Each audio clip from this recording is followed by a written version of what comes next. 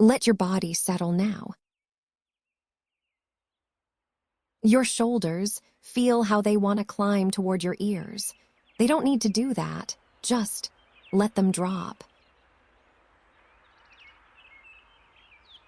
Your hands, where are they resting? Notice the warmth in them, the quiet weight of your own fingers.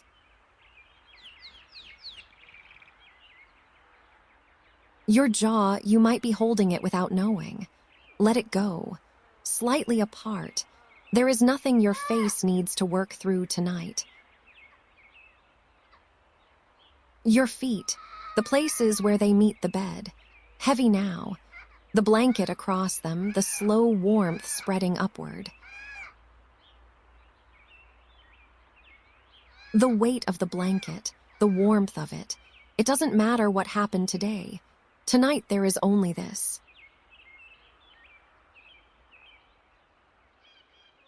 There is nothing you need to solve right now. Nothing to plan. Nothing to remember. It will all be there tomorrow.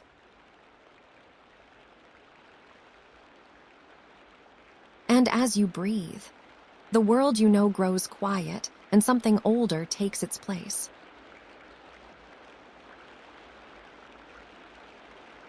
You are in Babylon. The year is approximately 1740 BCE. The city along the Euphrates has become the center of the known world. Its walls thick with mud, brick, and time. Its canals threading water from the river into every quarter of the city. Tonight you will simply rest here.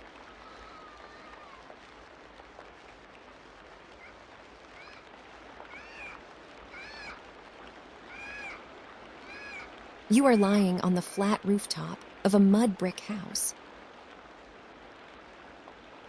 This is where people sleep in summer. Not inside.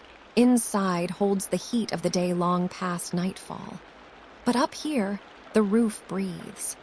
The baked clay beneath your reed mat still holds a little warmth from the afternoon sun, rising gently through the linen beneath you. The house is built of mud brick, the earth of the riverbank, mixed with straw and water, left in the sun to harden. Walls a full arm's length thick. By midsummer, they hold the warmth like a stored thing, releasing it slowly into the evening air. The sun has just gone below the horizon. The sky in the west is still warm, a deep amber fading up toward a blue that is almost violet, almost the color of the lapis lazuli stones the merchants bring from the eastern mountains. That color, fading upward, no clouds, just the slow darkening of everything.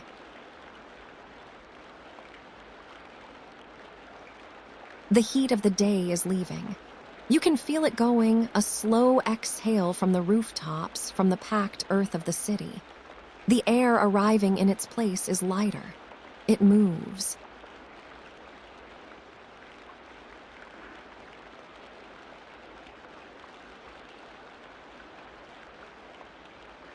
From the west, the Euphrates. You cannot see it from here. The city's outer walls stand between, but you can hear it. Or perhaps you feel it more than hear it. A low presence, like the city breathing underneath all other sounds. The river is wide and slow at this season, moving without urgency, carrying silt southward toward the sea. Closer than the river, the canals. Channels cut from the Euphrates, carrying water between neighborhoods and fields. Their sound is different, more immediate. A gentle movement through cut stone and packed earth, water finding its way. Earlier today, near the canal, a man was working a shaduf, a long wooden lever balanced over a pivot, counterweight of stone on one end, clay pot on the other, down to the water's surface. Fill, up, swing, pour again. His rhythm was very slow and very steady, and even now, you can still almost hear it, the way a sound sometimes continues after the maker has gone home.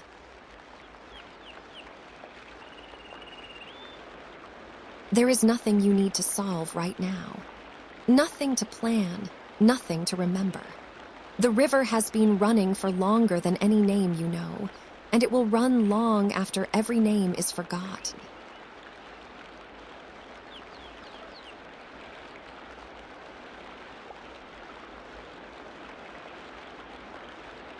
To the north, the Etemenanki. Even from your rooftop, at this distance, it is the largest thing visible. A stepped tower of mud brick rising in receding terraces, each level set back from the one below, the whole structure ascending toward a small temple chamber at the summit. Dedicated to Marduk, the great god of Babylon, the one who ordered the world from chaos.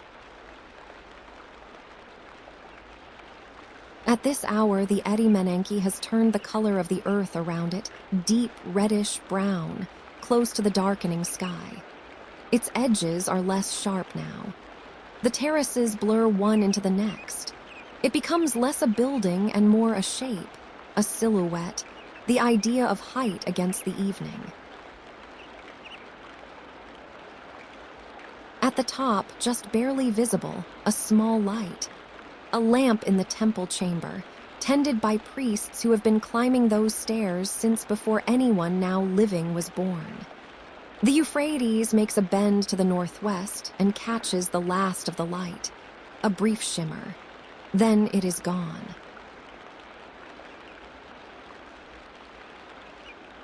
The Etemenanki stands. You are very small beneath it, and that is not frightening. It is restful. To be small beneath something that does not require anything from you.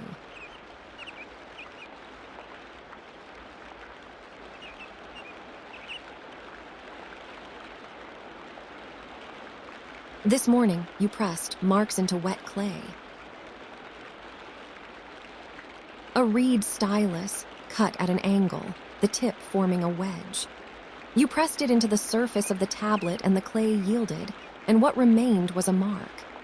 Rotate the stylus, press again. The combinations of these small wedge shapes, pressed at different angles and depths, make up the signs of the cuneiform script, records of grain tallies, legal contracts, temple offerings. The tablet you worked on today was a record of barley, numbers of vessels, names of workers. There are schools here, the edubba, the tablet house, where boys sit in rows and copy signs for years until the signs become as natural as breathing. You have been doing this long enough that your hand remembers without being told. Now the tablet is drying. By tomorrow, it will be completely set. In 4,000 years, someone will hold it and read the same marks your hand made this morning. They will know how many jars of barley. They will know the names.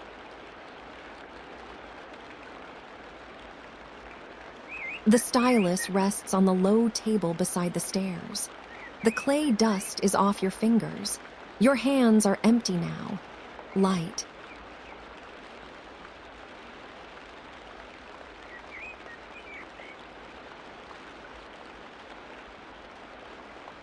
The meal came just as the light was going. Bread of barley flour, dense and flat, slightly sour. A bowl of lentils with onion and sesame oil, a warmth in the broth and a faint nuttiness you have eaten your whole life and will not notice until it is gone. A cup of barley beer, thick and cloudy, drawn through a reed straw to filter the grain husks at the surface. And dates, a small wooden bowl of them, dark, soft, heavy with their own sweetness. You ate them slowly, one at a time, while the sky changed color above the roofline. The oil lamp burns on the low ledge near the stairs. A small clay lamp filled with sesame oil, a wick of twisted flax across the rim. The flame is narrow and still. Just enough light for the rooftop, the parapet, your hands. In a while, you will not need any light at all.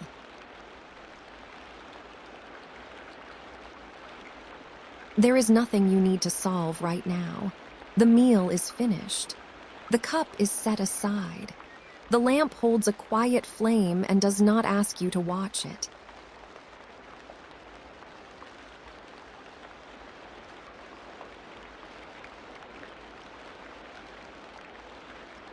The first star. It comes before you see it, a brightening that resolves slowly into a point in the east-southeast. That is Ishtar's star, Venus. The Babylonian astronomers have been watching it for generations, recording its rising and setting, learning its patterns. They know it returns. They have always known it returns. Then another. The stars gather gradually, the sky darkening between each new appearance. In the north, the star that does not move, around which all others wheel. In the south, constellations that have names here, the bow, the true shepherd of Anu, the field, each one a figure in a longer story the priests have told for longer than writing itself. The Milky Way appears, that band of faint light crossing from horizon to horizon. The Babylonians call it the River of Heaven, a river above the rivers below. The same water higher, the same movement slower. You lie on your back and the stars are above you and the rooftop is below and you are exactly between them.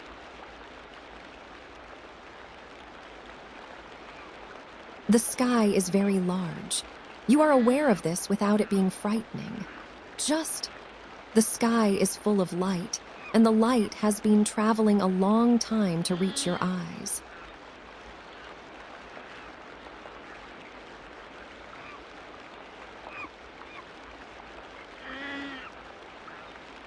Below, the city is settling. The market stalls near the city gate closed at sundown. The merchants packed their reed baskets and clay jars. The traders from the north, from Ashur and Mary, have returned to the traveler's house. The gate is closed now, the great cedar doors pulled shut, the wooden bar set across. The city wall guards make their rounds. You can hear them faintly, at intervals, the soft thud of sandaled feet on the packed earth of the wall walk, a voice calling something to another guard on the far side of the gate tower. A brief response, then quiet again. The canal boats are tied for the night. All along the wharves, the flat-bottomed vessels that carry grain and bitumen and wool between cities lie still in the dark water. Their ropes are wrapped around the mooring posts. The current moves beneath them and they do not move. A bird rests on one of the posts, just a shape in the dark, and the water moves beneath the bird and the bird does not move.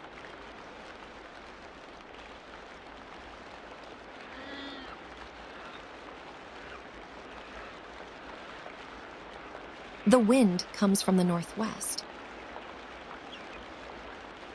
It has crossed the Syrian desert to get here. Dry at first, carrying the faint mineral smell of sand cooling since sundown. Then something changes as it moves across the irrigated fields. The smell of water, of damp earth, of green things growing in channels that need human hands to guide the river to them. Desert and garden. Dryness and green. The palm fronds along the canal move. A slow, papery sound, one frond against another, against the whole tree, a dry whispering that is not quite words and not quite silence. The sound of a very large thing breathing slowly. Your linen sheet. The wind finds its edge and lifts it slightly, just enough to let a slip of cool air underneath, and then lets it settle again. Cool air moving under warm linen. Your skin notices, and then your skin forgets. The sheet is warm again. The rooftop is warm beneath the mat. The air moving above you is the temperature of your own breath.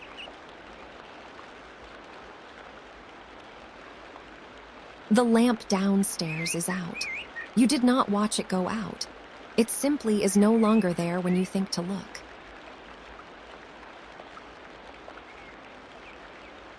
There is nothing you need to solve right now. Nothing to plan, nothing to remember. The wind will blow all night. You do not need to be awake for it.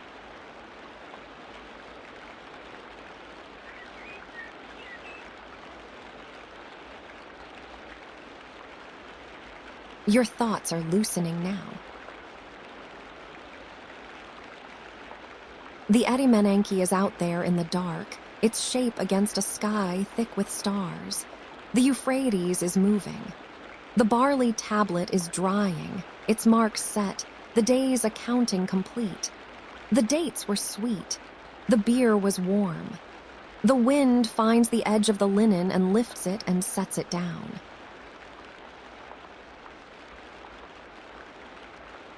The city breathes around you.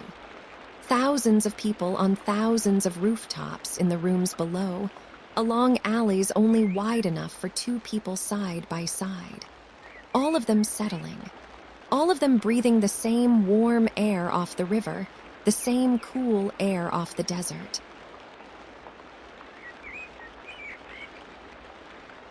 Venus is still in the east.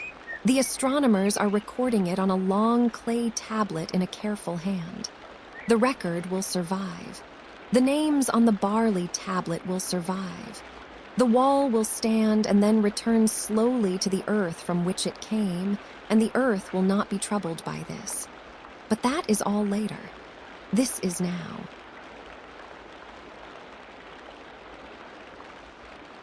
The stars wheel so slowly you cannot see them move. You can only know they are moving, and still it feels perfectly still. The rooftop beneath you, the mat, the warm linen, your hands at rest.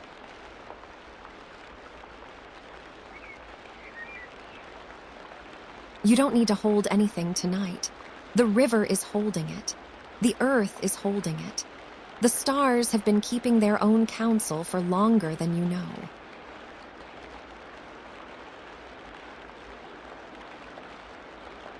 Let the warmth of the day go. Let the wind take it. Let the river carry it south into the dark toward the sea.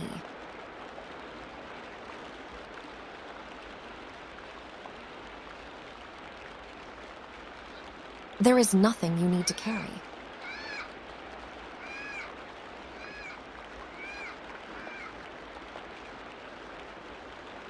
Just let the stars watch. They are very good at it.